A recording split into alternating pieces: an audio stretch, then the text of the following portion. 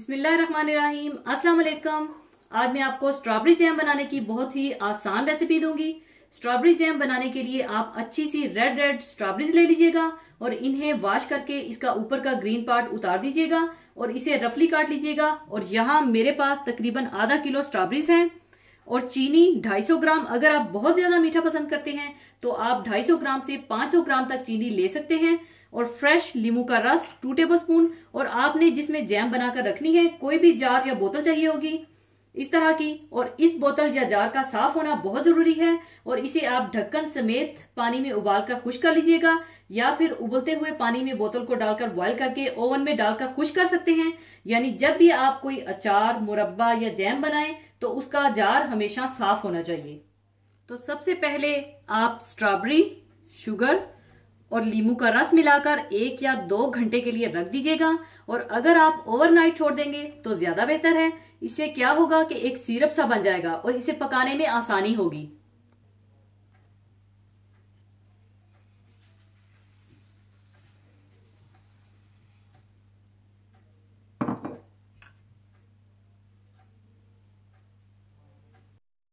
अब इसे अच्छा सा मिलाकर 1 से 2 घंटे के लिए छोड़ दें।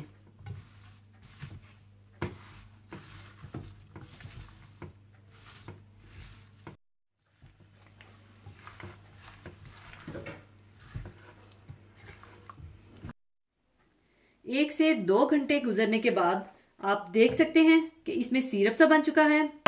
अब मैं इसे ब्लेंड करूंगी। और कुछ लोगों को जैम में फ्रूट के पीसेस अच्छे नहीं लगते, तो अगर आप ऐसे ही बनाना चाहते हैं तो बिल्कुल आप ऐसे ही बना सकते हैं। या फिर थोड़ा सा मैश करना चाहते हैं तो पोटैटो मैशर से मैश भी कर सकते हैं। लेकिन अब मैं इसे हैंड ब्लेंडर से ब्लेंड करूंगी।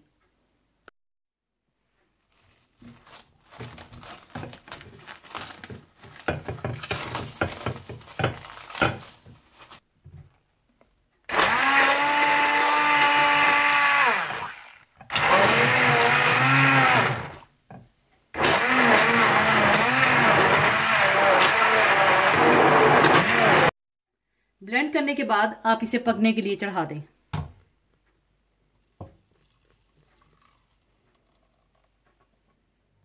और जैम को चेक करने का तरीका यह है कि आप फ्रीजर में एक प्लेट रखकर ठंडी कर लीजिएगा और उस ठंडी प्लेट पर जैम का 1 ड्रॉप डालकर देख लीजिएगा। और अगर वो जमना शुरू हो जाए और ना फैले तो इसका मतलब है जैम तैयार है, जो कि बाद में मैं आपको ऐसा ही करके दिखाऊंगी। और इसकी कंसिस्टेंसी को आप ना बहुत ज्यादा पतला रखिएगा और ना बहुत ज्यादा ओवर कुक कर दीजिएगा। अगर ओवर कुक किया तो ये पत्थर की तरह सख्त हो जाएगी, और अगर आपने बहुत ज्यादा पतला रख दिया तो वो आप स्प्रेड नहीं कर सकेंगे।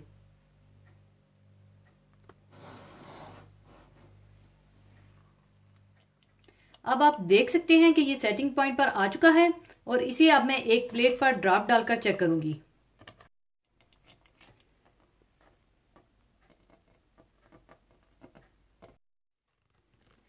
आप देख सकते हैं कि ये जमना शुरू हो गया है और तैयार हो चुका है। और अब मैं इसे एक बोतल में डाल लूंगी।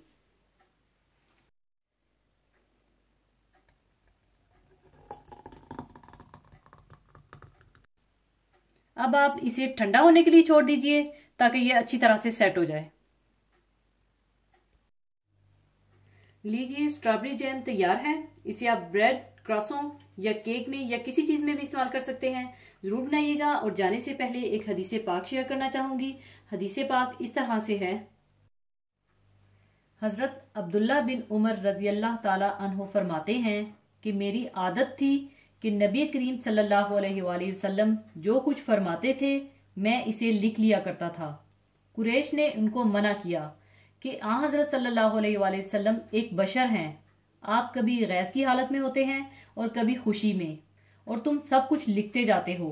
चुनाचा मैंने इस बिना पर लिखना छोड़ दिया और आ हजरत सल्लल्लाहु अलैहि वसल्लम से ये वाकया बयान किया।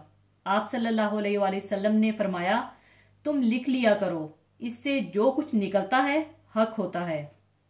आमतौर पर यह ख्याल किया जाता है कि आ हजरत सल्लल्लाहु अलैहि वसल्लम की हदीस लिखने का काम आपकी वफात के बहुत अरसे बाद शुरू हुआ।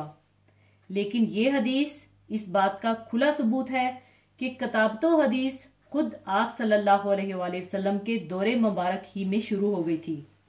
ये बात यकीनी है कि इब्तदाई दौर में आप सल्लल्लाहु अलैहि वसल्लम ने कुरान के अलावा किसी और चीज़ को ज़ब्ते तहरीर में लाने से मना फरमा दिया था, लेकिन बाद में इसकी इजाज़त दे दी थी और मुतअद्दिद हदीसों से ये बात साबित है। मसलन सही बुखारी किताबुल इल्म बाबुल इल्म में इस सिलसिले की मुतअद्दिद रवायतें मौजूद हैं। हज़रत अली रजी अल्लाह ताला अन्हो के हवाले से रवायत मौजूद है कि उनके पास एक सहीफ़ा था जिसमें बाज़ हदीसें कलमबंद थीं।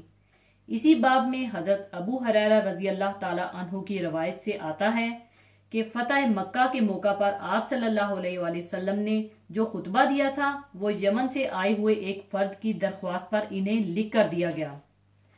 सही बुखारी में हज़रत अबू हुरैरा रजी अल्लाह ताला अन्हो का एक बयान दर्ज है कि हज़रत सल्लल्लाहु अलैहि वसल्लम के सहाबियों में हजूर सल्लल्लाहु अलैहि वसल्लम की हदीसों का बयान करने वाला मुझसे ज़्यादा कोई नहीं है सवाए अब्दुल्ला बिन उमर, इसलिए कि वो नबी करीम सल्लल्लाहु अलैहि वसल्लम की अहादीस लिख लिया करते थे। एक बार आप सल्लल्लाहु अलैहि वसल्लम के हुक्म से उन तमाम अफराद के नाम ज़ब्ते तहरीर में लाए गए जो उस वक्त तक इस्लाम कबूल कर चुके थे। एक रवायत में आता है कि आप सल्लल्लाहु अलैहि वसल्लम ने अहले यमन को बाज़ अहकाम लिखवा कर भिजवाए थे। हज़रत अनस रजी अल्लाह ताला अन्हो के मुतल्लिक आता है कि उनके पास आप सल्लल्लाहु अलैहि वसल्लम की अहादीस लिखी हुई थी जो उन्होंने नबी करीम सल्लल्लाहु अलैहि वसल्लम को दिखा भी दी थी। इन तमाम हवालों से ये बात साबित हो जाती है कि खुद नबी करीम सल्लल्लाहु अलैहि वसल्लम की हयात ही में आपके फरामीन लिखने का काम शुरू हो चुका था। अलबत्ता ये ज़रूर है कि इस दौर में किताबतो हदीस की किसी नज़्मो तरतीब के बगैर हुई। सहाबा इकराम का लिखा हुआ सरमाया उनके शागिर्दों ने उनसे हासिल किया। हज़रत अबू हुरैरा रजी अल्लाह ताला अन्हो के 800 शागिर्द थे जिन्होंने उनसे इल्मे हदीस हासिल किया। उनके एक शागिर्द का बयान है, मैं अबू हुरैरा रजी अल्लाह ताला अन्हो से जो हदीसें सुनता था उन्हें लिख लिया करता था। जब मैं उनसे रुखसत होने लगा तो इन हदीसों को उनको पढ़कर सुना दिया। इसी के साथ मैं आपसे इजाज़त चाहूँगी। अपना बहुत ख्याल रखिएगा, दुआओं में याद रखिएगा। अल्लाह हाफिज़।